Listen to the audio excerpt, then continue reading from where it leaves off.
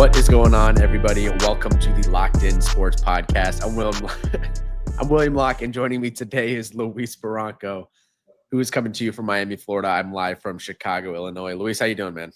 It's the Locked In Sports Baseball Edition. How we doing this morning? It's Thursday, June 5th.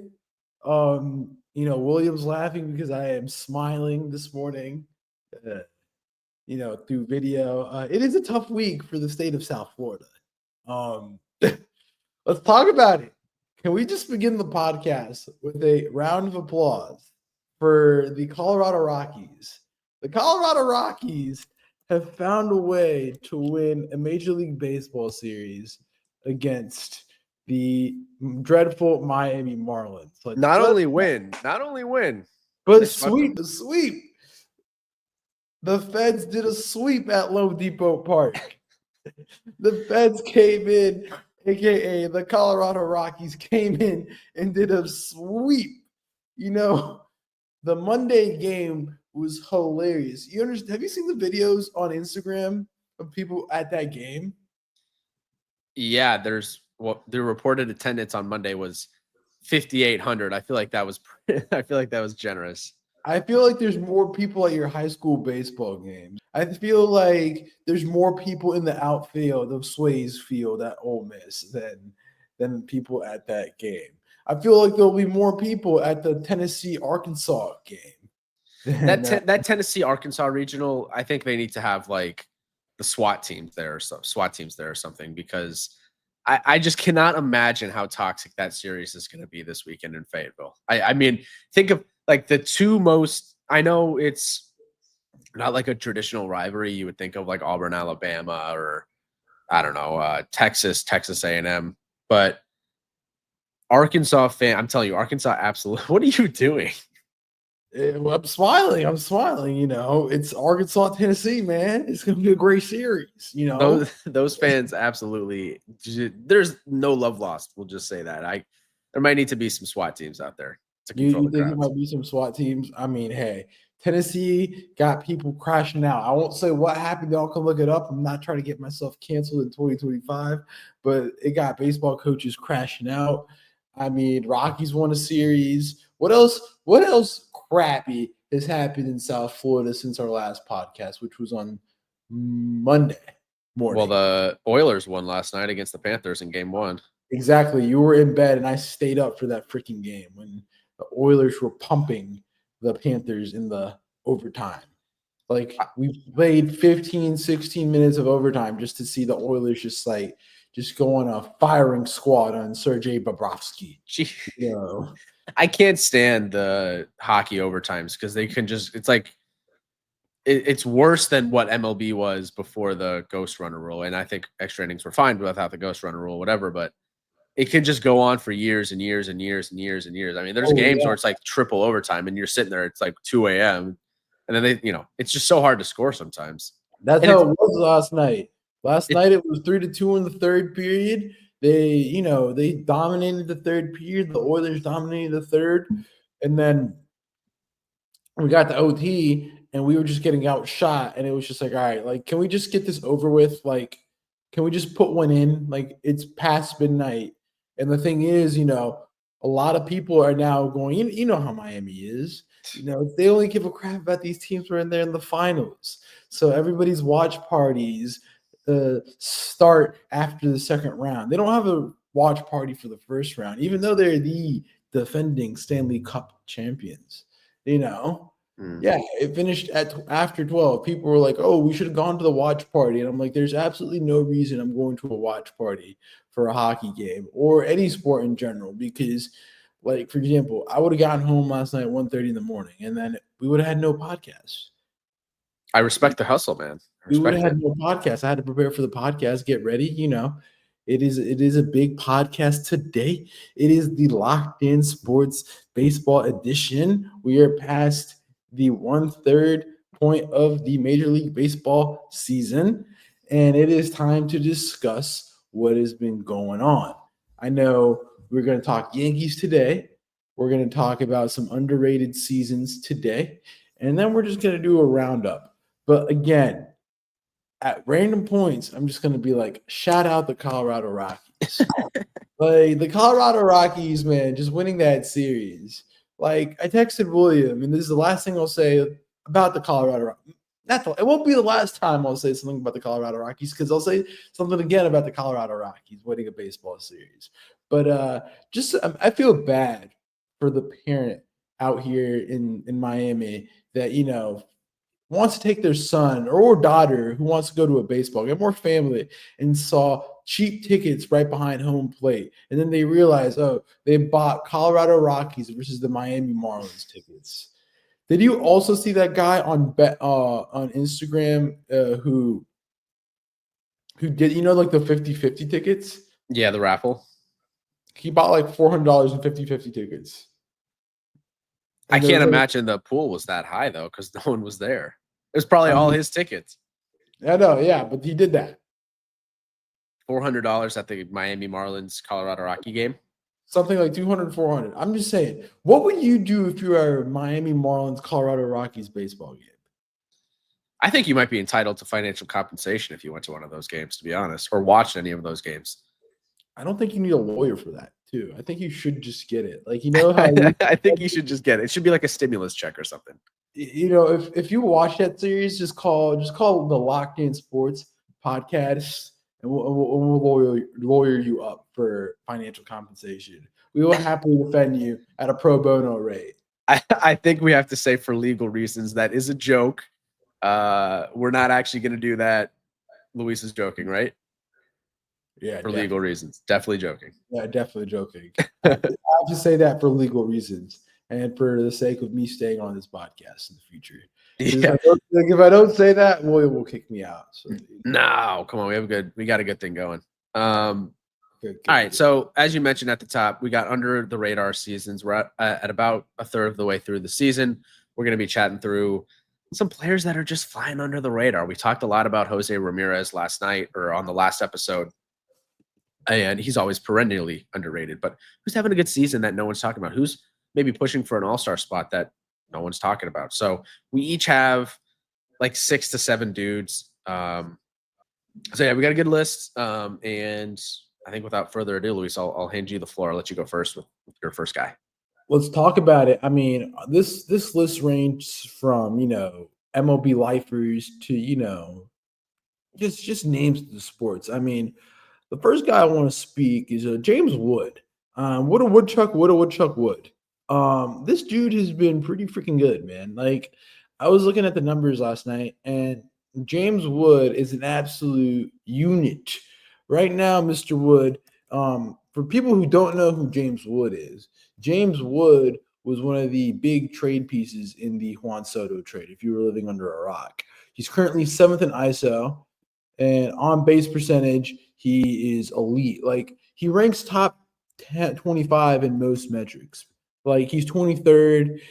He is literally when you think about it, when you give up Juan Soto and you get a guy probably just as good, but, in a different way as a bat, and you're able to get other CJ Abrams, I think that's a win.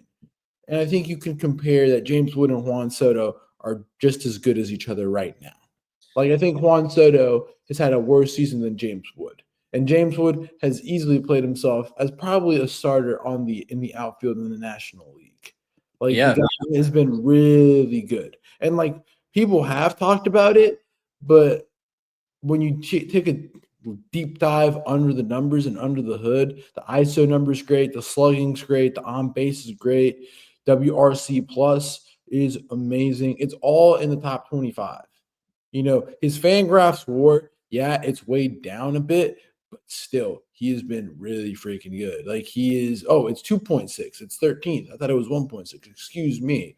Like, the dude's just a unit. Like, I can't stress this enough. Yeah, he's been a lot of fun to watch. I did a video on him on our Instagram page a little bit earlier in the season, within like the first month or so, because he was just hitting so many opposite field home runs. He's just got natural power to the opposite field. And I think you're right in comparing him to Soto because they were traded for each other. And that, is a super interesting conversation because those two guys are kind of going head to head for the starting spot or a starting spot in the outfield in the National League All-Star team, which the ballots went live yesterday. So go out and vote. I think. Oh yeah, definitely go out and vote. You know who sent out a go out and vote yesterday around like 3 o'clock in the afternoon Eastern Standard Time? Did you get an email from the Marlins? No, it was the Colorado Rockies. It had 2,000 tweets, 2,000 likes on Twitter. Like, go vote for the Rockies. I have I have more on that actually later. I do think it's kind of dumb that we use all-star game appearances as a metric to value a player's talent in terms of like all-time greatness, because it's not an all-star for the full season. It's an all-star of the first half. The first and because voting is essentially finalized by what, like end of June, early July. It's the all-stars of the first 3 months of the season. And really, if you really want to, like, when you're comparing guys like Babe Ruth, Otani, Hank Aaron, Willie Mays, whatever, and Willie Mays played in a million All-Star games because he played so long. But I think a better metric to measure players' talent all time is like MVPs, MVP votes. Even if you didn't win the MVP, how many votes did he get? Now we got the All MLB team, which I think is a really good idea. That is a good way to measure, who was like important in the season, who played a role. Look at Cy Young voting, stuff like that. So all-star game is fun, but I don't think it's a metric that we should use to measure players' talent. Like, there's some random all-stars when you go back and look on some of these lists. Joe Mantiply, who just got DFA'd. Yeah. Joe Man, that's what I was looking at. There's been so many guys. You know who also got DFA'd the other day? Who was an all-star? No, Carlos Carrasco did.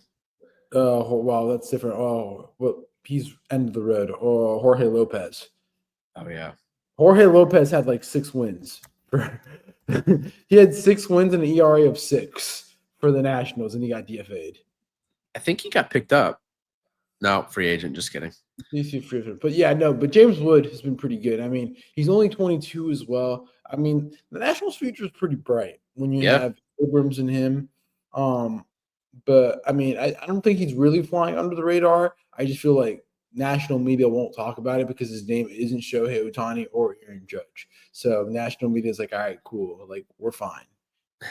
Yeah, maybe if he played on the Colorado Rockies and was having a season like that at Coors, it could have been different. 16 home runs on the season, 940 OPS. He has been great. My first dude that I'm going to talk about is another outfielder, another young outfielder, Andy Pages. He is quietly having a very good season for the Dodgers. And, everyone talks about all these young outfielders like Pete Crow Armstrong, James Wood, like that we just talked about, even though he's somewhat flying under the radar. They talk about Jackson Merrill in their same division.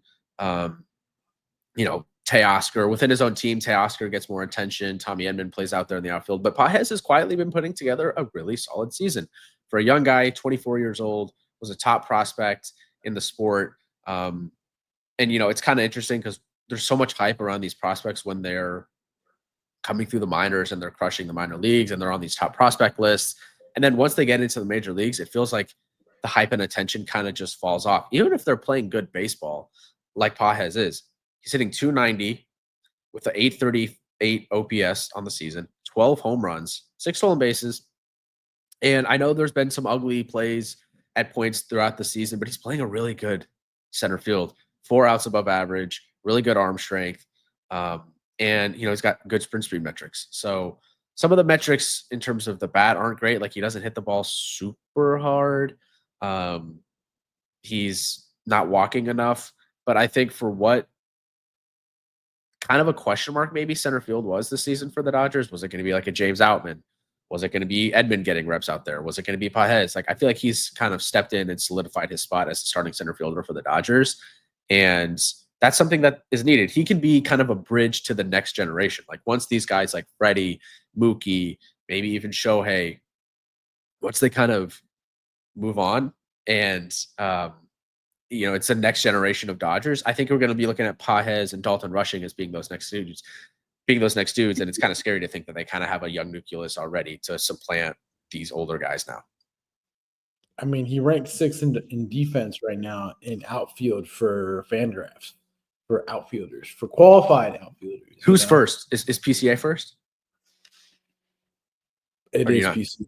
It is PCA. You would never guess the top 5, and we'll do it quickly. TJ Friedl? No. This is top 5 is pretty easy. Like you said, I would never guess. You would never guess number 2. Ooh, this is all leagues, American and national? Yeah, both leagues. Brenton Doyle? He's not on that list this year? He's 11th. Wow. He's Gold Glover out there. Jung-Hoo Lee? No. 14th. Grisham? Nope. 2 of them are big names, and then one of them's a young guy, and there's 2 young guys. All right, you got to give me hints, so we can go quicker through this. One of them's your guys. A Yankee? No, one of your guys. What division? What league? Well, like locked in sports favorites. NL. Jackson Merrill? No. Dylan Cruz? Oh. No. Bro, those aren't your guys. NL Central, not PCA, not TJ Friedl. I mean, you got the Pirates, Brian Reynolds. Oh my God! Please, really? You're making this so difficult. I don't know who. Just tell me. It's Victor Scott. Oh, he had a really nice catch on Jack Caglianone last 2 nights ago in his first at bat. That was really nice. PCA, Tatis, J-Rod, Victor Scott, and number 2 AL East outfielder. Not the Yankees. Cedar Rafaela. Yeah, there we go. Boom. Boom. All right, you're up now. Who's your second guy? My second guy. Let's talk about German Pena. Oh yeah. He's a locked-in sports favorite. William always talks about this guy. He glazes this guy damn near. All right, come on. He's baby Jeter. He has Jeterisms. He just looks the way he carries himself, like the mannerisms. It does look like Jeter to me. I've said that since day one. He's hitting 312 right now. Okay, he's hitting 312, which is second behind guess who? Judge. Oh, at shortstops. At shortstops. He's also 4th in slugging for shortstops. He has a 145 WRC plus. Like in every big hitting metric, he's top 5, right behind Jacob Wilson. He right now offensively, he has been on a tear. The bat finally got it together. Number 2 in offense Fangraphs ranking at 14.8. Number 1 is Jacob Wilson. He plays elite defense. The only guy higher in WAR at shortstop is Bobby Witt Jr. Like he's had a really nice year. He's finally getting the bat together. There's always been like, oh, when is he going to get the bat together? And he's had like I don't want to say funky swing, but like a hingy swing in a way I like to call it. That like now it seems like he's gotten it together, and that Houston team needs things to build around. They need pieces to get into the playoffs, and he stepped it up. Now that Jordan's out, Altuve's on the down cliff, and Christian Walker hasn't been the Christian Walker from Arizona. Yeah, he's kind of been carrying the Astros this year, and he's 6th in Fangraph WAR, F4 on the season. And if you look at his B WAR, Baseball Reference, this is probably going to be a career year for him. Obviously he won the MVP his rookie year. In 2022, won the National League or the World Series MVP. Excuse me. Oh, I was going to say MVP. Like, whoa, buddy. World Series MVP. And he had a 5 Fangraph B WAR that year. Then a 3.9 in 23. Kind of everyone was hyping him up that year, and he didn't necessarily play to his standard.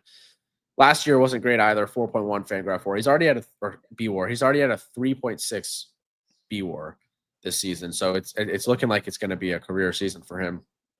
You mentioned the numbers, much needed for the Astros. The only thing, maybe he doesn't walk enough, but and doesn't hit the ball super hard. But if he's as a floor, he's giving you really good defense, and he can steal some bases. And right now he's hitting. So super under the radar season that I agree that no one's talking about. That one was going to be on my list too. Yeah, I'll go with another. I'm surprised you didn't talk about him. because he's your guy. Yeah, he is my guy. He is my guy, but I let you take it. University of Maine product. I'm going to go with another guy, another young shortstop, 23 years old, St. Louis Cardinals, Mason Wynn.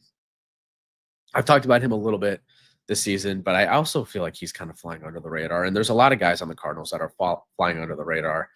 He's hitting 281, 794 OPS, which is decent, 356 OBP, which is solid, 6 homers, only 2 stolen bases. I'd like to see him get the stolen bases up. He's got the speed, but we always talk about defense, like defensive floor guys. He's one of those dudes that even if he's not hitting the cover off the ball, which he's hitting decent right now, he's going to play elite defense, gold glove level defense at short. And that's what he's been giving you for the Cardinals this year. And he's hitting a bit. So I got him as my next guy. The metrics aren't incredible with him if you look at his Savant page, but Cardinals are playing good baseball. They lost the first game of that Royals series on Monday, but they got a doubleheader today. And they're kind of still in things in the Central. 4.5 back of the Cubs. Those two play each other soon. I think it's in the next couple of weeks, which I'm really looking forward to. And the Cardinals hold the wild card spot right now. So he's been a huge role, a huge piece of that. And I got him as one of my under the radar seasons guys today. So the Cubs play the Cardinals on the 23rd. So in 2.5 weeks, which is weird because then they play again 4th of July weekend. It's kind of like the whole deal with like what they do with the Yankees, and they have the Yankees Red Sox back to back. Yeah. Like they play this weekend and then next weekend. So, but yeah, he's had a great season. I've penciled in. He has a really good pop to his bat. Watched him on Apple TV Plus the other night. Yeah, he's solid. You know. Yeah, solid. Give me Jonathan Aranda, a guy, Yeah. first baseman from Tampa. I know he's a metrics darling. He is ranked 3rd right now in OBP for first baseman. He's hitting 326. He's slugging 508, which is 5th for all first basemen. And he's at a Fangraph WAR of 1.8, which, ranks 4th around first baseman. He's been a guy that's kind of been, working through things. And so now to see that everything come together this year is really interesting. I know they swap him in. I have to double check, but I know at the start of the season, he wasn't an everyday guy. He was a matchup-based guy. But since he's playing so good, they've been putting him in more and more. And I know you got to see a lot of him. He hit that home run to walk it off against the Yankees in that Saturday night game. Yeah, that was against Yoendrys Gomez. Yeah, we'll talk about him later. But yeah, talk about a guy who's had a great year for Tampa. I mean, Tampa has a lot of dudes this year that you could put on this list that have had low key, very under the radar seasons, but it just hasn't led to them to have an outstanding year in Tampa. Like you can easily talk about Ryan Pepio. He's been pitching really well. Jonathan Aranda, Brandon Lau. Be very interested to see what happens with Tampa at the deadline. Yeah, I mean, they have been playing really good baseball the past few weeks. They won again last night. They do have some dudes, and I have another one later actually from the Rays that has been really under the radar. But Aranda's one of them. You could make an argument he could be the starting first baseman for the American League in the All-Star game. I would probably still lean Paul Goldschmidt, but I think it's close. I can see the argument if you want to make it for Aranda. Greg Amsinger from MLB Network actually did as such when he posted his All-Star ballot, whatever, a couple days ago. Yeah, he's been really good. I'm going with my next guy. It's going to be Seiya Suzuki for the Cubs. It feels like the only dude on the Cubs that people are talking about is PCA, but there are other guys in that lineup that are producing. I mean, they have one of the best, if not the best lineup so far in baseball. And Suzuki's been a huge component of that. 30 years old, playing a little outfield when Happ was hurt, but mostly DH for them this year. 265 average, but he's got 14 home runs on the season. So, probably going to end up with, if he keeps at this pace, around upper 20s to 30-ish home runs this season, which is, that would be a career high for him. 878 OPS. The metrics are all really good on Savant. Average exit velo, barrel rates, sweet spot rates, spat speed, squared up percentage, chase rates are good. Whiff rate's good. Only thing is he strikes out a little bit too much, 25% of the time. But Seiya Suzuki has been really good for the Cubs. Outside of PCA, like I said, there are guys that are producing for that team. And yeah, I think if you look at what the Cubs have done this year, and obviously they're in first place, they've kind of been in first place for the last, like, feels like forever. Second in average in the league, fifth in homers, third in OPS, third in OBP. He's played a huge role. I got Suzuki as one of my guys that's kind of flying under the radar. I think he has an argument to be an all-star. Yeah, I think Seiya Suzuki is the most underrated power bat in Major League Baseball. I don't feel like he gets a lot of talk. And I was thinking about this. He's like, his contract's not awful. He hits for power. He has a lot of like raw game power. I just feel he doesn't get talked about. I don't know if it's because, he's played on bad Cubs teams. I don't know because of, he's not a household name, but I just feel like he's just very, very good. He's consistent. He's going to give you that 25 to 30 home run season, and he's going to drive in runs. Like, who wouldn't want that? And when he was on the trade block this offseason, I don't know why teams weren't like lining up for him because he's like that good. He's him. Yeah. I know it's not a super popular stat anymore. People don't really reference it as much, but he is leading the National League in RBIs with 53. And he's behind Devers, who has 54 for the whole MLB lead. And that's the Cubs. I can only imagine what he would do on a better lineup team. What do you mean? What do you mean? Like if you were to put him in a better lineup team like the Yankees. There's not many lineups statistically better than the Cubs this year, though. Or the Mets. Yeah. I guess the Dodgers. Stick him in on a better team. He's that good. Like he's good enough. I don't understand. I know it's like, oh, the contract, yeah, but he hits like big power. It is a little bit interesting that for the Cubs having these really good hitting statistics, people still not necessarily overlook them, but they don't fear them as much as other teams like the Mets, the Dodgers, the Yankees, even if those teams specifically like the Mets and the Dodgers aren't as good statistically with their lineup. You would much rather face the Cubs in a playoff series than those lineups. So last year he hit 21, and the year before he hit 20 home runs in approximately 138 and 132 games. And really he's gonna break the RBIs for 70, 74. Like I've always liked him as a player. I don't know why teams just don't hop on. Like he's always had it. So yeah, he's 19 mil this year, 19 mil next year, and then he's a free agent. He'll be like 32 at that point, almost 33. I don't think he'll get a big deal, but could get a deal. I think he'll be a good fit. You know where I think he'll be a good fit? Where? Seattle. No, I think on the Colorado Rockies. The Colorado Rockies need it. So got money to blow. Okay. What'd you next say? Guy I want to talk about. Let's talk about Chad Patrick. Let's go pitchers. I mean, he's going to be one of the most underrated NL rookies. He's right now 21st in Fangraph 4 at 1.6 for pitchers.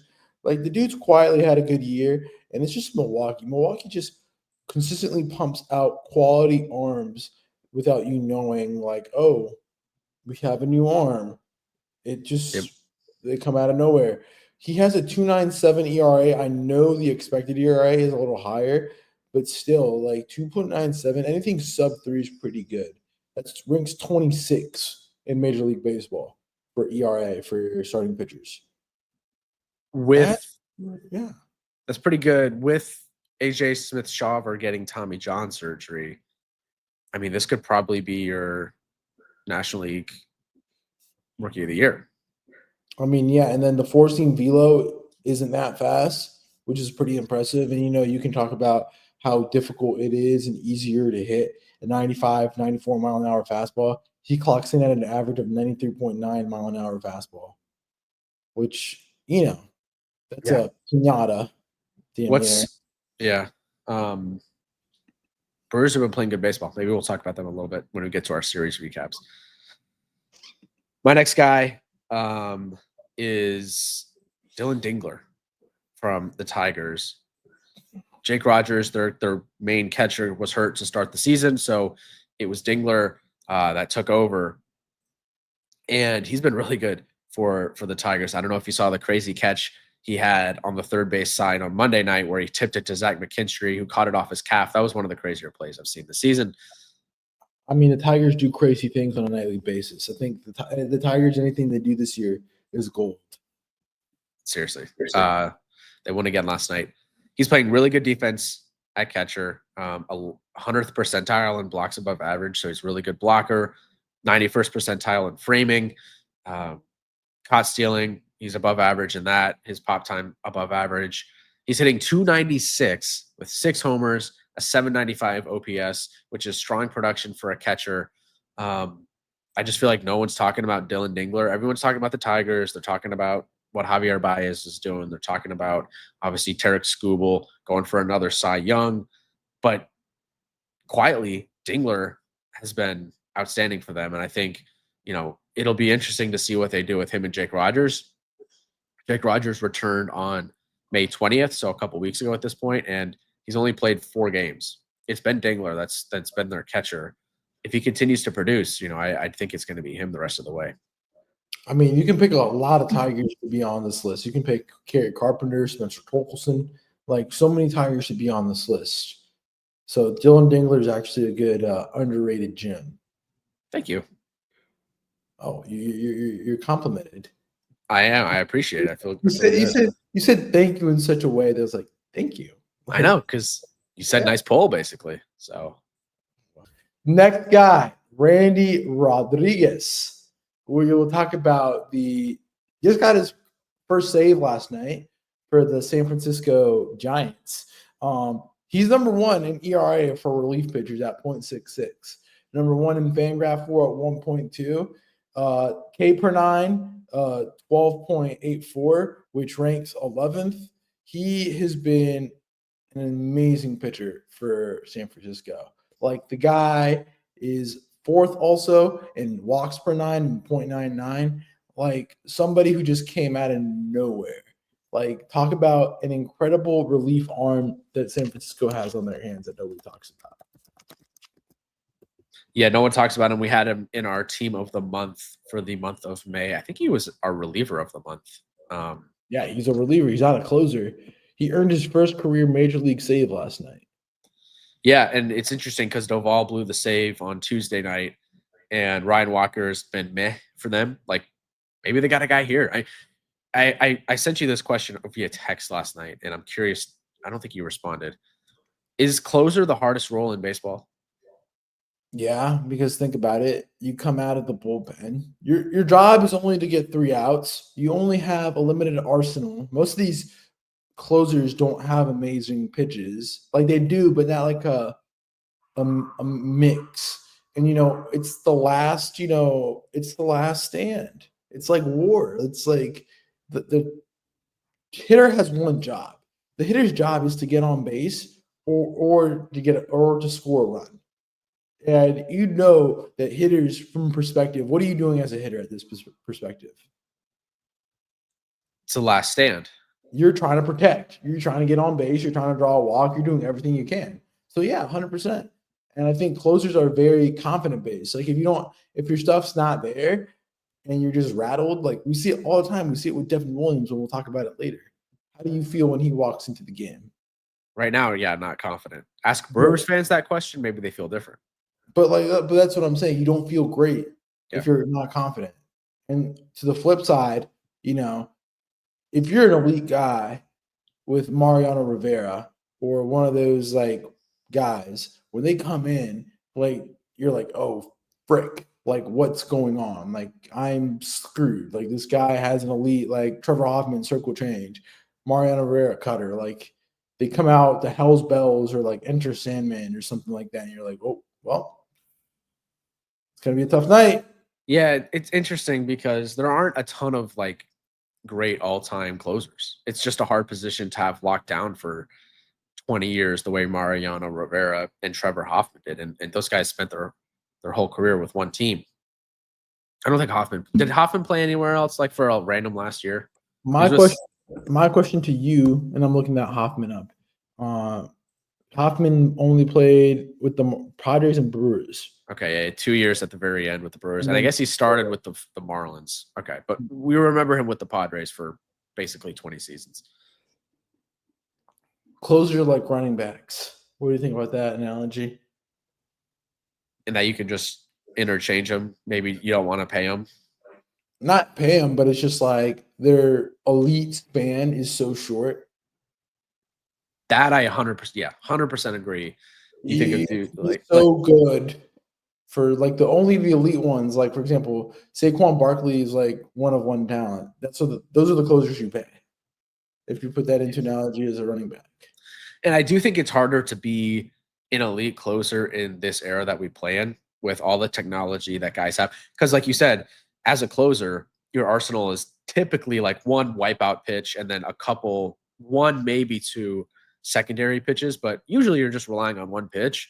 Like as we have like just so many more metrics now than we did when Mariano was pitching. We have so much more video and things like that. Hitters are able to adjust, and the smart guys in the front office are able to figure out these closers. And it's an interesting thought of if Mariano Rivera pitched in this modern era, would he be able to have the career that he did? I would say yes.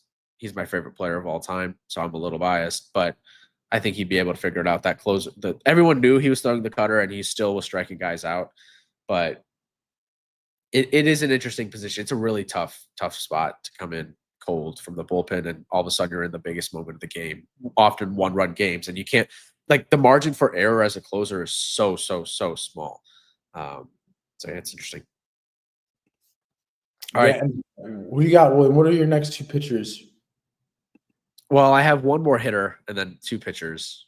Go ahead. I am much more hitter focused, and you're much more pitcher focused. But that's kind of how this podcast typically works. I'm going with Nico Horner, another Cub. I'll just go quickly. Not going to get any power from him. He's 715 OPS, no home runs on the season. But he's hitting 296. I think he was above 300 before yesterday's game. Doesn't strike out at all. Squares the ball up. Doesn't hit it hard. But he gives you platinum level defense, platinum glove level defense at second. The Cubs play really good infield defense with Swanson, with Horner, and now they got Matt Shaw at third and Michael Busch at first. They're really good defensively. Horner's a part of that, and he is somewhat hitting this year. Can he get his first home run of the season? That'll be something to watch. Can he get the first home run will be interesting. I mean, Nico Horner has been a elite defender, as you said, and just a contact back, just a solid up the middle contact back. And it's crazy because he came out from offseason surgery and he's hitting close to 300. That 300 line. So, shout out the Cubs. I mean, I don't know what they're doing, but they're just – I think anything that goes in that lineup is just going to hit right now.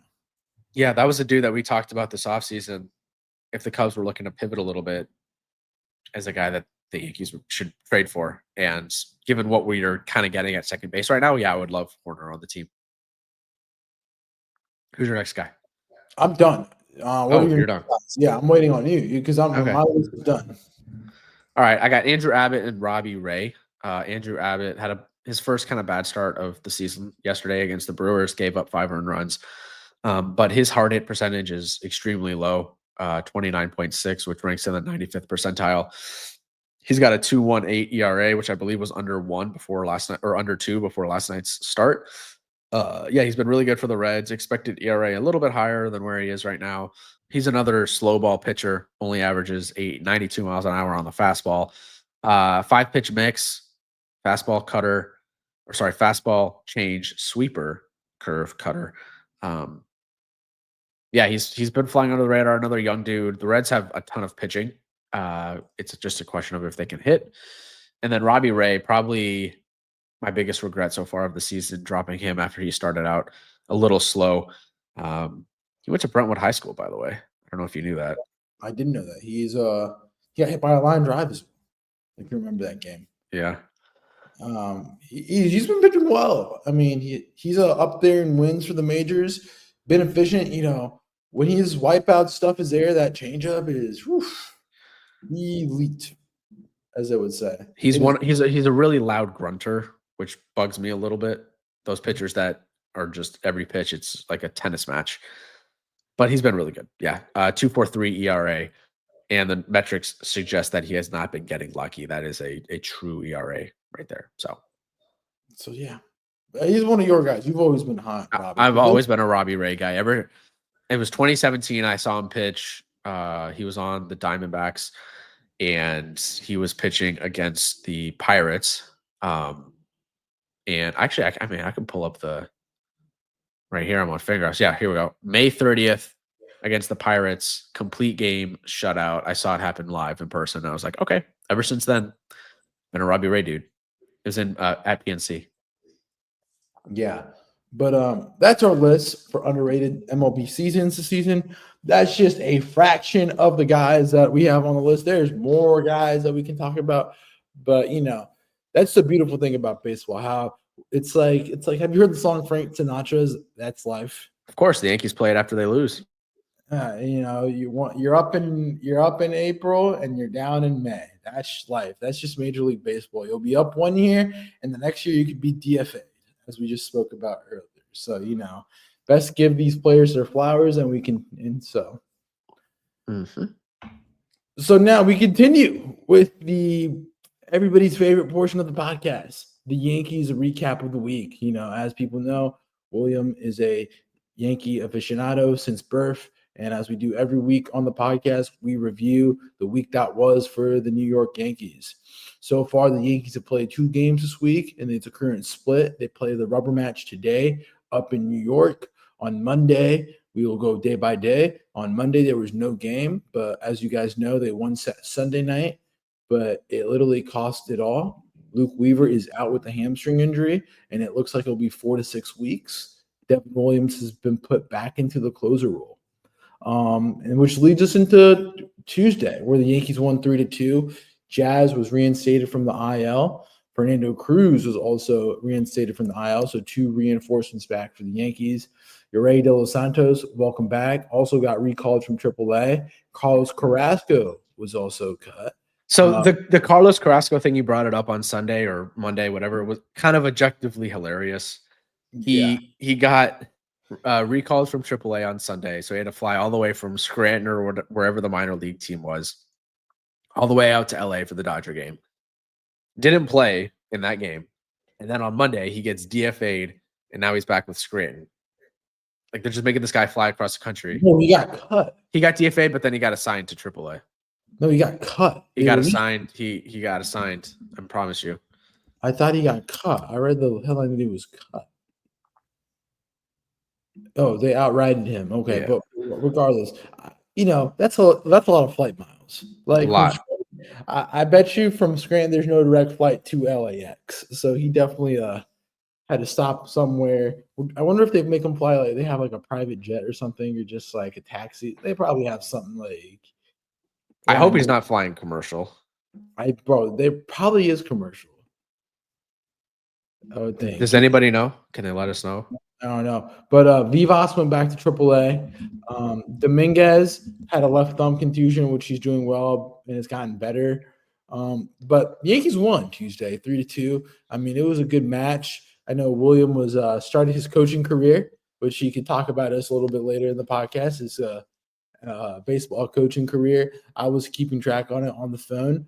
I was trying to play Catan and I was watching the game. But again, I think the biggest takeaway is that Devin Williams, designate this man for assignment. Like, this dude is just not there yet. I think the closer role is a big issue. You cannot rely on this guy to close games. It was a 3-1 ball game, and it took him 30 pitches to get through the Guardians lineup. I can only imagine what a better lineup, like let's say Houston, or if Texas could actually hit, but more so like a Houston would do to him in the playoffs. Or even Detroit. Imagine what Detroit will do with Devin Williams. They'll be licking their lips and barbecue chicken. Ode to inside the NBA. Yeah, at what point do you think, and they won the game. Like, let's preface it. He won the game, but he burned 30 pitches. So, regardless, Rodon was great, which, again, Frodon stinks. My drafts will be unleashed, but we're holding that. Regardless, like yesterday, the Guardians won 4-0, so there wasn't any use. What do you do on back-to-back days? You can't use them. You went 30. Yeah, and he's at 8.6 million. He's a free agent. At this point, we're not re-signing him. They're not going to give Williams a big contract. He's not going to get a lot of money, I think, at this point. It's only been 2 full months, but he's got to go. He's got to go. So do you think they trade him? I think, let's talk about last night. Can you convince a team that they can fix him? Yes. Because bullpen arms are at such a premium at the deadline. There's a lot of teams, a lot of contenders out there that could use a closer. Or can use any bullpen help they need. Or any bullpen help. Yeah. I think it's interesting. I do think it's interesting that he used to mix in the cutter at least a little bit, 2% of the time last season. It's better than nothing. Now it's just change up fastball. It's just too predictable, man. Well, fastball has no run right now. I would just sit fastball and just wait to hit fastball. Like, okay, feed the changeup. I'm not going to hit the changeup. I would just wait to hit the fastball. That'd just be me.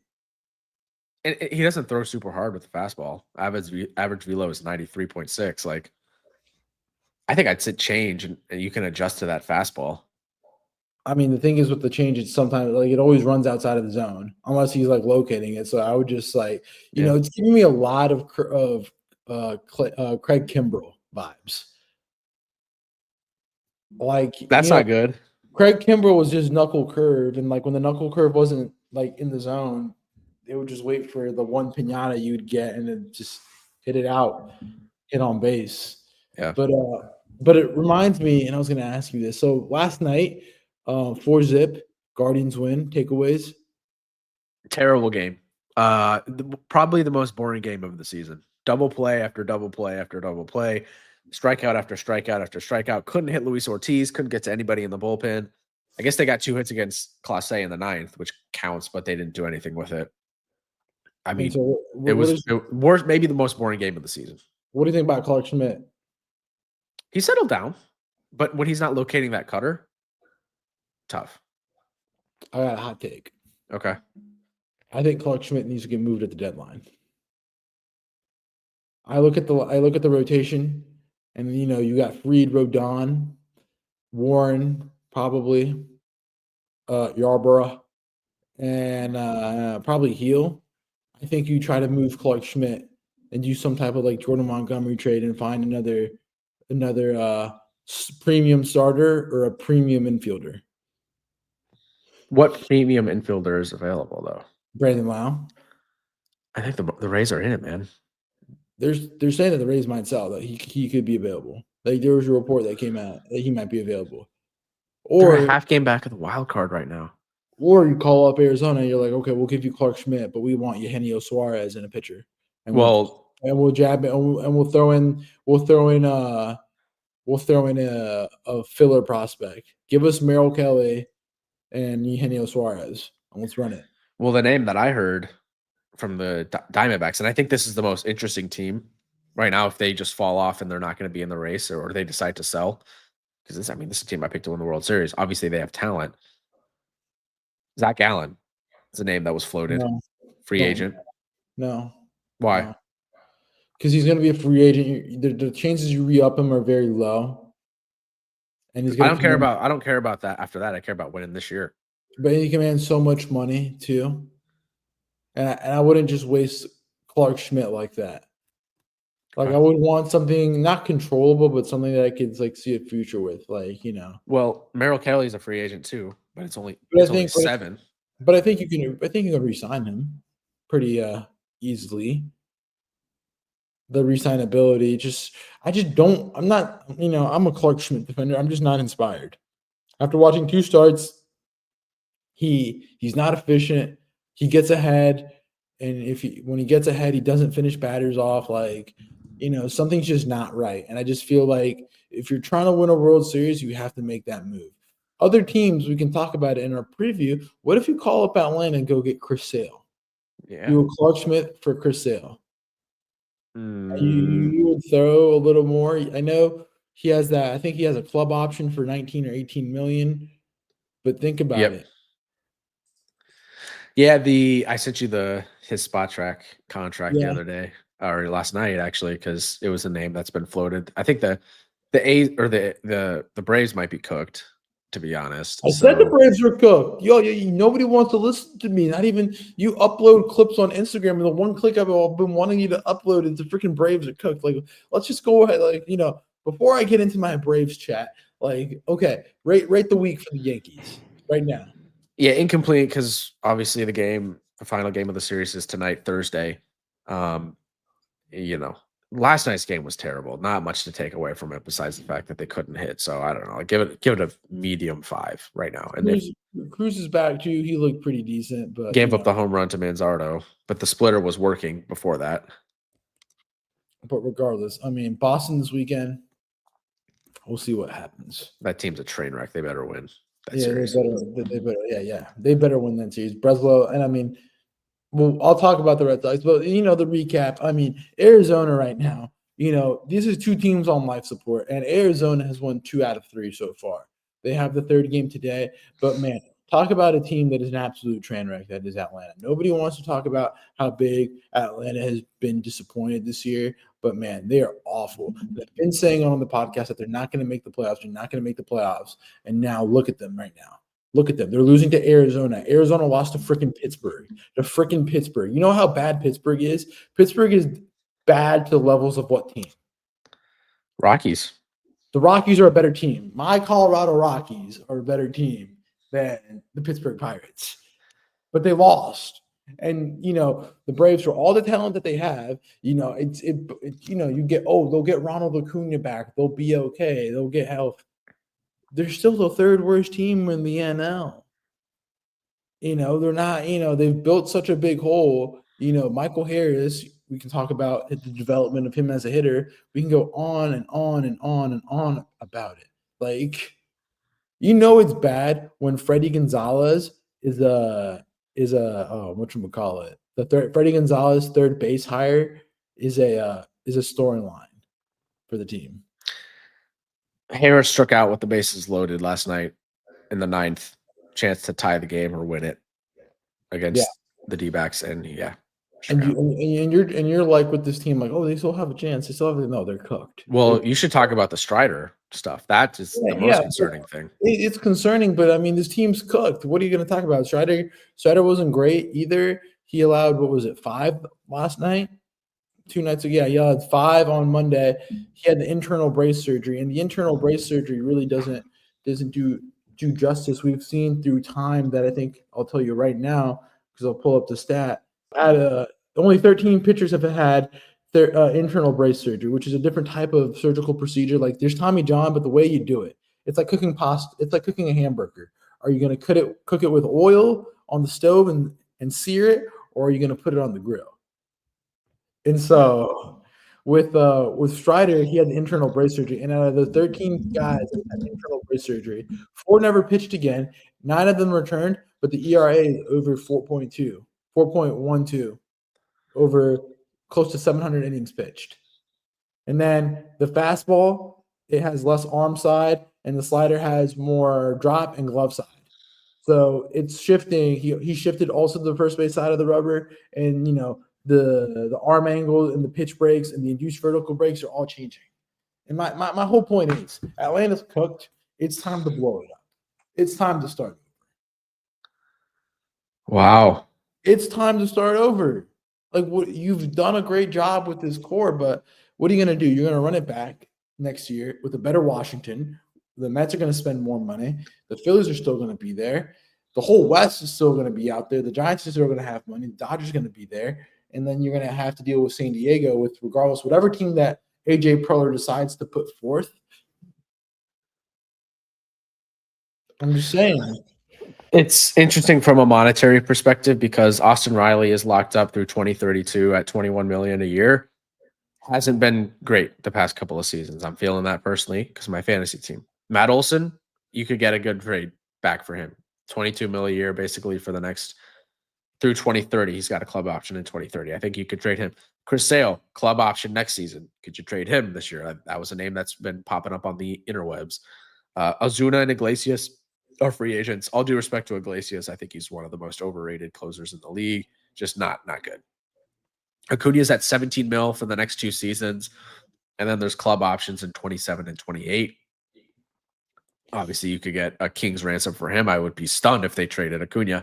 There's so much talent on this team, but I think it's just not producing to the name. Like Acuna has been incredible, yes, but Austin Riley's not playing to Austin Riley standards.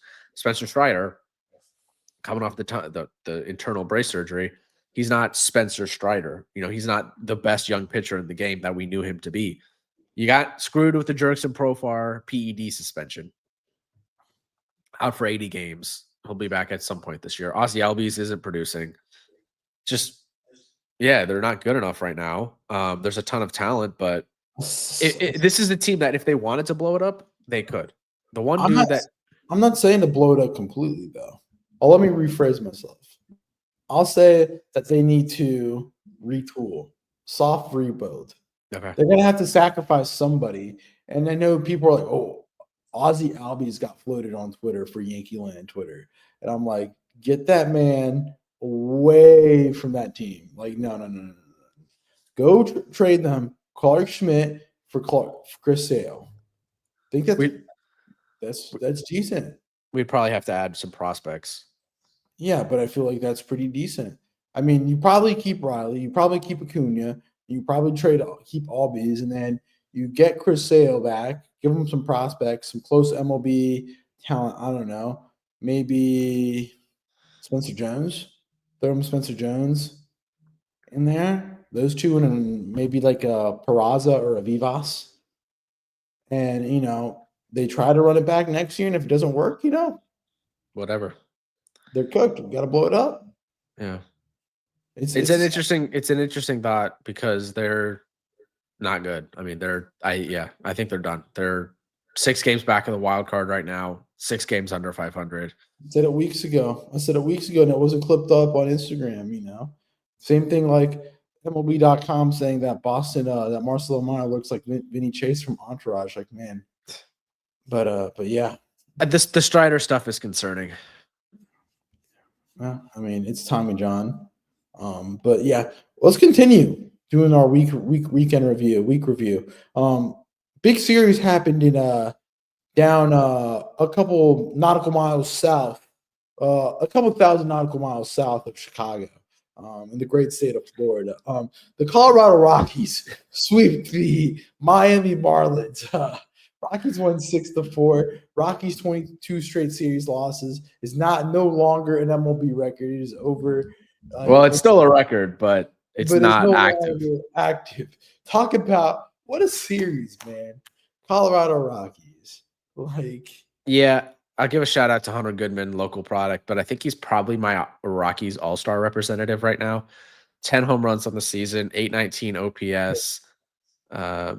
He's been good. He had 2 home runs on Monday and then hit another one on Tuesday.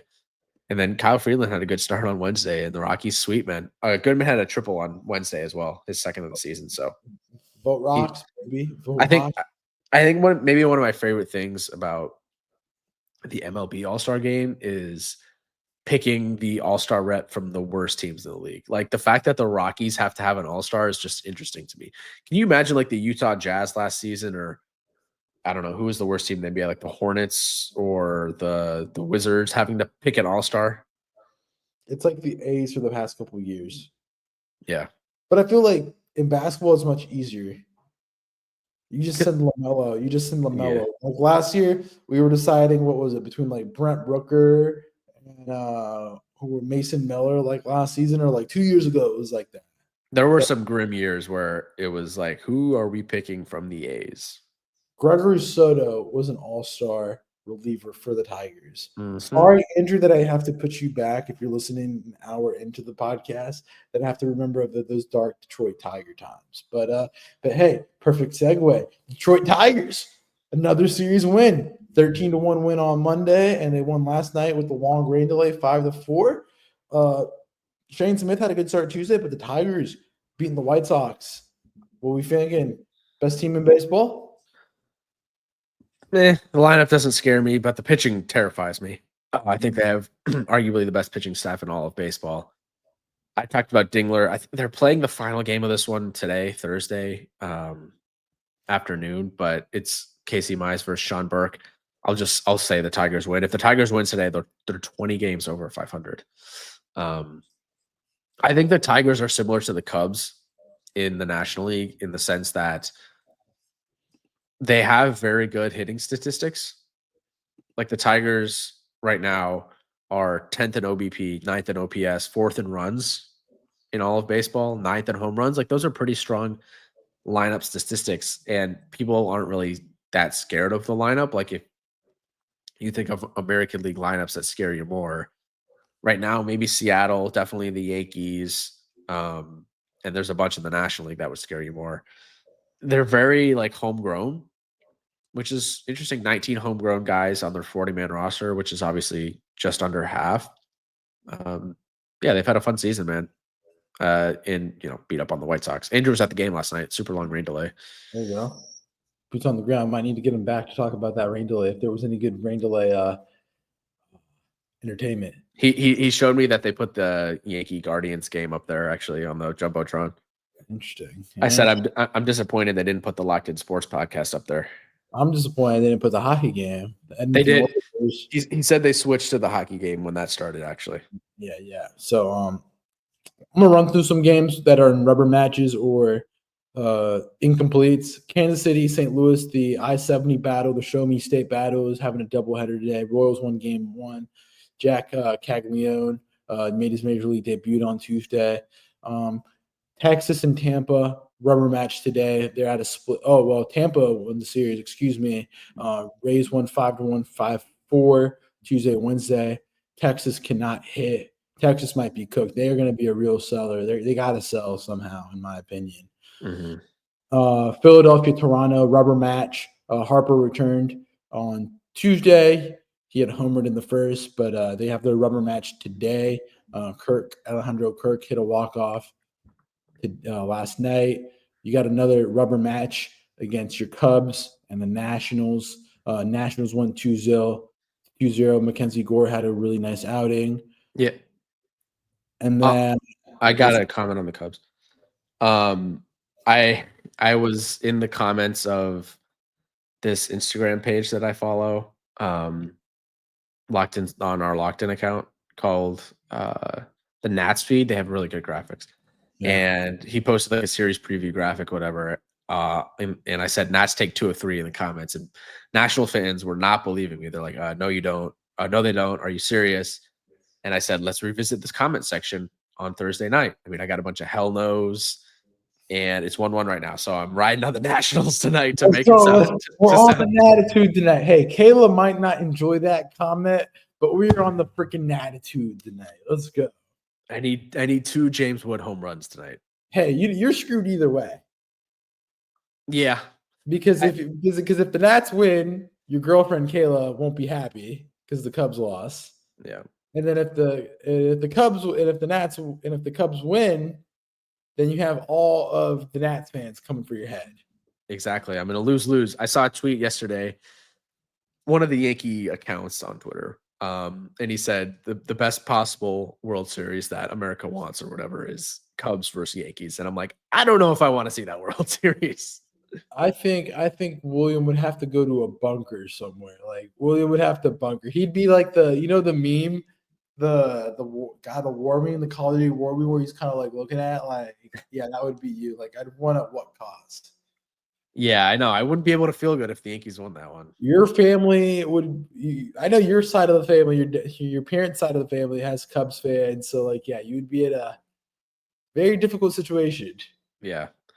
You would have to. I think the Locked In Sports podcast would become the Luis Locked In Sports podcast last week. And I think William would have a heart attack because of the things I could potentially say. One thing you guys don't know is that, William like low-key fears when I go on monologues. Like it's close to the levels of like when Kendrick Perkins speaks on ESPN.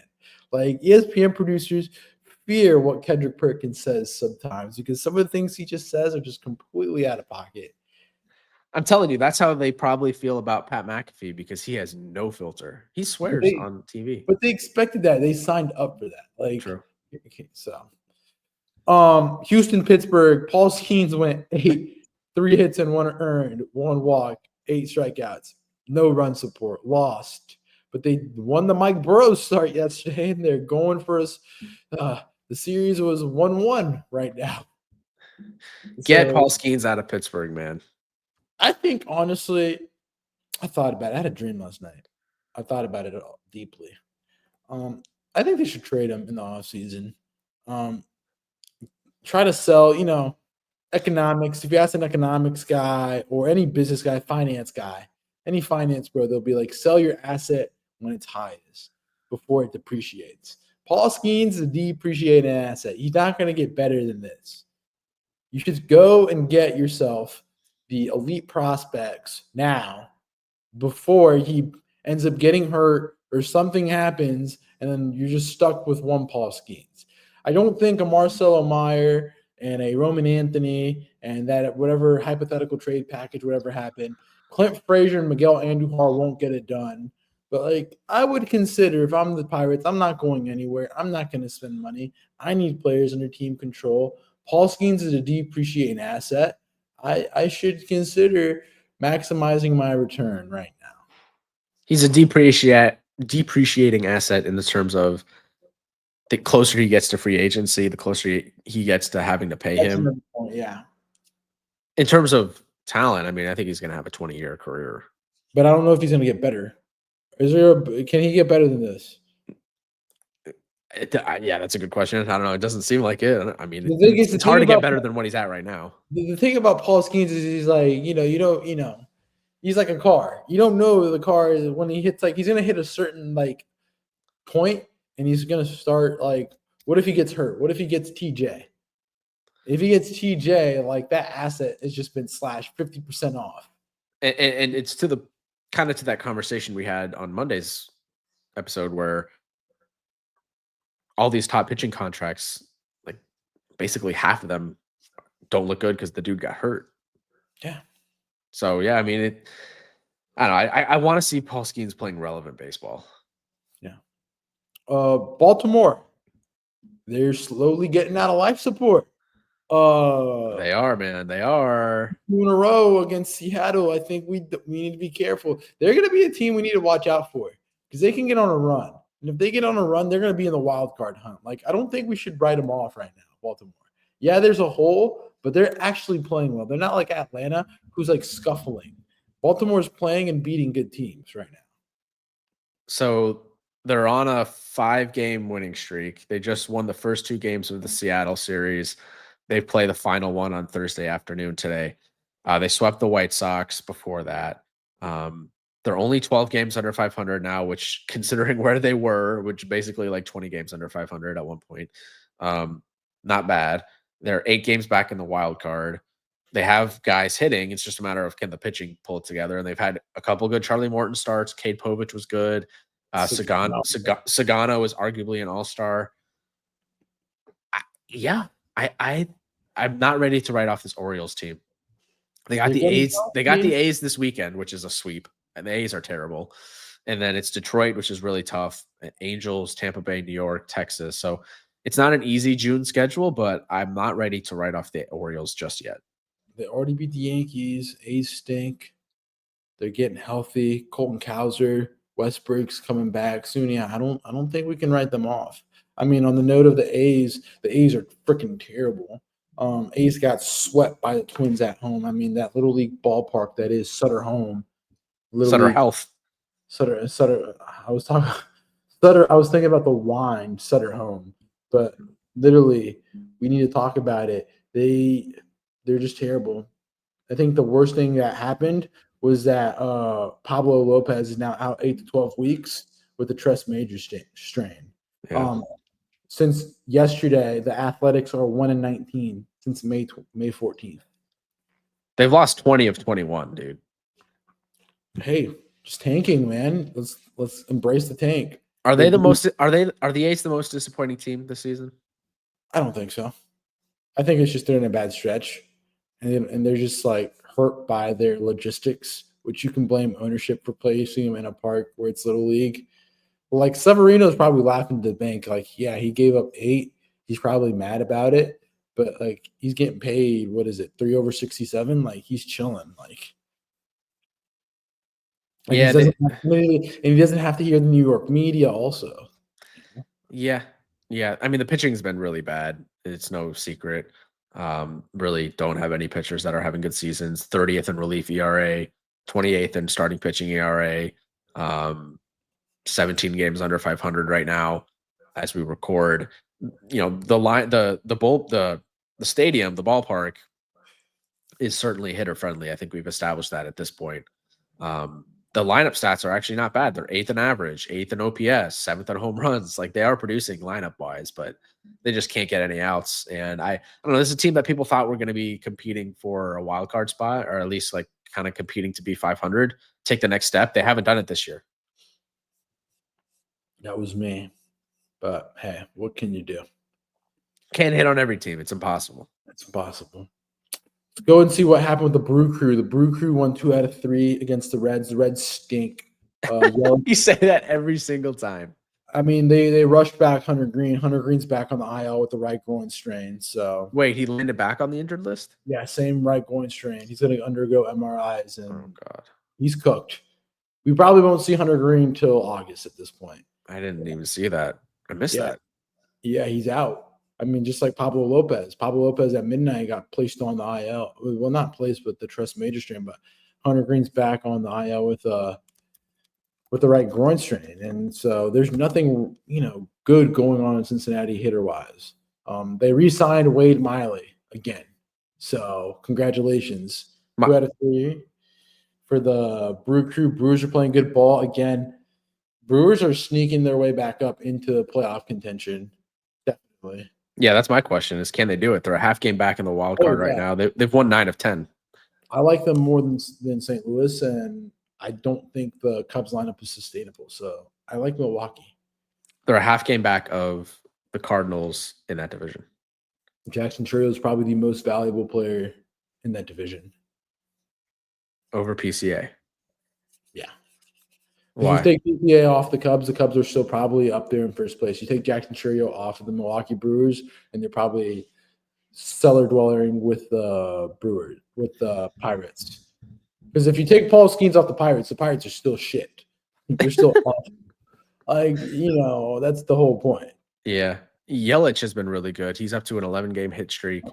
In the last 15 days, he's hitting 389 with a 1.172 OPS. 6 homers, had a 2 home run game on Monday, or last weekend in Philly. They swept the Phillies. They just won that series. They won 9 of 10. Yeah, I think the Brewers are a team to watch. They got San Diego this weekend at home in Milwaukee, so that should be a fun one. Yeah. Padres Giants. Padres won the first 2 games, Monday and Tuesday. Doval blew the save on Tuesday. Logan Webb was lead on Monday. They won 1-0. Padres, and then the Giants won last night 6-5. Today they have another game where the Giants can come in, scrap the series, salvage the series. Yeah, we tune into that one tonight. Logan Webb was really good on Monday. 8 innings pitched, no earned runs, no walks, 7 strikeouts. He's down to a 2.55 ERA. Kind of feels like a perennially underrated pitcher. But Jose Iglesias sac fly in the 10th won it 1-0. And he also made a nice backhanded play, Iglesias did, in the bottom of the 10th to prevent the game-tying run from scoring. So Padres won the first 2. Giants won last night. Let's see what happens today. I think it's a day game, actually, not a night game. Today we got let's talk about what's going up in Boston. I mean, Boston, we got Jarren Duran rumors going around, which I think are stupid, but here we are. Angels won 2 out of 3 from Boston. They won Monday, where Neto, Trout, and Adele all homered in the first. It's the first time in Fenway that the visiting team hit 3 home runs in the first inning. Sox tried to get back, wasn't enough. And then the Angels won 4-3 Tuesday. Game-winning double play from Taylor Ward. And then last night, Red Sox walked it off by a Cedeni Rafaela shortest home run in the ninth inning, 308 feet inside the pesky pool. At this point, we need to start asking questions what Craig Breslow is doing, because obviously Giolito is cooked. We've known Giolito is cooked. He got cooked 1 inning, 2/3 for 7 yesterday. Like, we know he's cooked, gave him a contract. Like, what is he doing? Like, what does he think? He can just get these like guys to eat innings. It's just not working. And now he's successfully angered one of his best players in Rafael Devers. And now we have Jarren Duran rumors. Like, I understand you need to make way for the young guys, but it's your fault for mismanaging and not planning correctly. It is your fault for getting that Trevor Story contract and not handling that situation correctly. That was Bloom. Bloom gave that contract out, just to But clarify. it's still your fault for giving Bregman that contract. Which, I mean, was working before he got hurt. But it's still your fault. Like, you literally gave Giolito, like, what is this? Like, we're investing into bad pitching. That's what they're doing. 24th in starting pitching ERA. Obviously, they made the crochet trade, which has worked out fantastically. Yeah, but anybody does that trade. But like right now, it looks great. But like, what if these prospects like Kyle T and Brendan Montgomery end up coming up and just tearing up Storm? Which I think is going to happen for the White Sox. That happens, and then you literally like flushed. You literally got Crochet for what? Walker Buehler is all right. I mean, your first baseman is a combination of Abraham Toro and, when we went to the game, it was Nick Sogard. Like, what is this? Like, what are we doing here, Breslow? Well, Costas got hurt. You can't plan for that. I'm playing devil's advocate here. But still, it's just like not good enough. If Cashman did that, his head would be on a freaking skewer. I mean, if Goldschmidt got hurt, what are you going to do? But this is just bad planning, bad roster planning. We talked about it last time. I just feel like they're caught between two eras. Like, they have the super young guys, and then they have the old established guys that are getting a lot of money. And I just don't know what the direction is. I think is the biggest thing. They should have not fired Chain, because it looks like you have two different identities and directions. And like, it's like you have somebody who started the artwork, who started painting this piece of art. They got him out of it, and they're like, okay, you come finish this art piece. And now he's having to redo it, or wants to redo parts. He's the direction. So I'll tell you, you said Roman Anthony's getting called up for this weekend. If it's going to happen, it's going to happen today. So I'll be tomorrow. I'd say probably today. Eyes peeled on the phone to see if he gets called up. Or tomorrow. They want that good PR. They want that good PR. They want that good PR. Yeah, I think it would happen today, this afternoon. So I'm gonna keep my eyes peeled. Mets won the series against the Dodgers. No, they got one more. They got one more today, actually. Oh, they got one more. Juan Soto returned the Soto shuffle last night. Honestly, the series was like love MLB for having a great series, but can we at least have this series on the weekend? Like, not during the week. Like, I haven't been able to keep up with it. I know the Mets are hitting well. I know Soto's catching a little bit of flames, but hey, Muncy, man, he's on fire. Muncy hit 2 home runs Tuesday. You dropped him in fantasy, and then I picked him up. So thank you. Because I wanted Addison Barger, third baseman, outfield, good FanGraphs WAR, good exit velo off the bat, good bat speed, all those good metrics that you want. Yeah, interesting note on this one. Mets won last night, 6-1. So they've won 4 of 6 against the Dodgers. They've been able to neutralize Ohtani. Against the Mets, Ohtani's hitting 208 with a 286 OBP and a 458 slug. Against the rest of the league, he's hitting 301 with a 399 OBP and a 671 OPS or slug. Interesting. I don't know. Interesting. Alonso, 2 home run night last night, 14 on the season now. Pajes hit another home run. And Griffin Koenig, 6 innings, no earned runs, 1 walk, 7 strikeouts. He was great. Bargain bin Mets with that rotation. It's working for them. I think the Mets might be the best team in the league, man. They won in extras on Monday. Dodgers won in extras on Tuesday.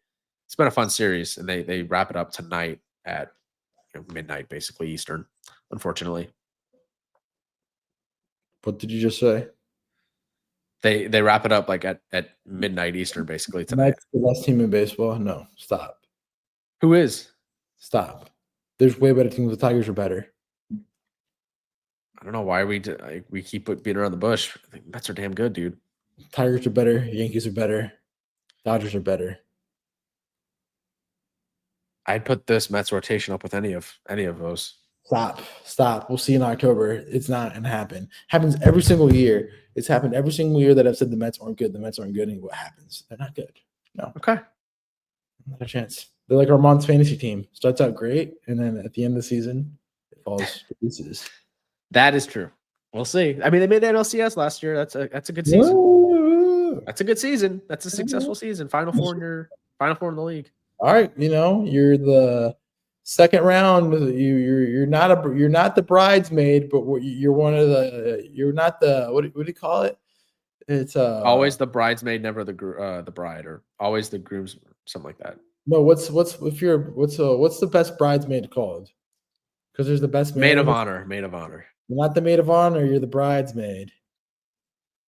I think wasn't the maid of honor technically a bridesmaid? Yes, but I truthfully don't know this. But the maid of honor is number one, if you know what I mean. Maid of honor definitely number one. Yes. Yeah. So that's what the Yankees are. The Yankees are the maid of honor or the best man, which makes the Mets a groomsman or a bridesmaid. Okay. It definitely. Okay. We'll see. We'll see. I think they're really good, man. I got them number one in our power rankings right now. Oh God, these power rankings, bro. These freaking power rankings. What about them? You got a problem? Yeah, the Mets. I got a problem with the Mets. All right. Yeah. So I think we hit all the series. Yeah, no, that concludes the podcast for the day. We'll be back this weekend with another Locked In Sports Baseball edition with William Locke at the host. Make sure to follow us at X, aka Twitter. Make sure to follow us on Instagram. Give us that follow. Make sure you follow us on YouTube. We have the subscriber goal of 100 by the end of the year. Up to 42. Make sure you get on the Substack and make sure you wait for William's article. He will be dropping an article soon on the Substack. But that concludes another edition of A Week Around the Majors with the Locked In Sports Podcast. Thank you, Luis. Loaded day of baseball today. So I hope you guys enjoy that. I hope you enjoyed this podcast. We'll be back probably Monday because the Yankees are on Sunday Night Baseball again, which makes it hard to record on Sunday night. We'll record late. It's funny. Michael Kay and Paul O'Neill they keep, I don't know if you've been noticing, they keep complaining about all these nationally televised games. They're like, all right, well, we got the Friday night broadcast, then we're going to hand it over to national TV on Saturday and Sunday yet again. It's kind of funny. Last week, but Michael Kay only worked for like 2 days last week. That's the funniest thing because he did the whole Angel series. I know, but that's what I'm saying. He didn't go to Colorado. Yeah. I just love how Michael Kay doesn't go to the crap stadium. Not crap stadiums, but the crap teams. Like, you're like, Oakland? Nah, I'm okay to going to Sacramento. Denver? I'm okay. I'll definitely get a free trip to LA. So, well, they're under contract for a certain amount of games. So, like these other guys, they have to get their contractually obligated amount of games. Yeah, but don't you think it would be funny of Michael Kay doing a game at Colorado talking about how bad the Rockies is? Like, he'll be like, Paul, the Rockies just aren't a good baseball team. Like, what are they doing out here? The Chicken Tenders aren't good either. Like, the Chicken Tenders. I don't know. I mean, I love Paul O'Neill. I love the A broadcast, so it's good to have them back. The Yankees better win today, man. It's Freed against Skenes, so they better win today. Gotta get on that one. So gotta win. All right, we'll get out of here. I hope you guys enjoyed this episode. Like I said, we'll be back on Monday. Luis, thanks as always. Until Monday, we'll catch you guys next time. Peace out.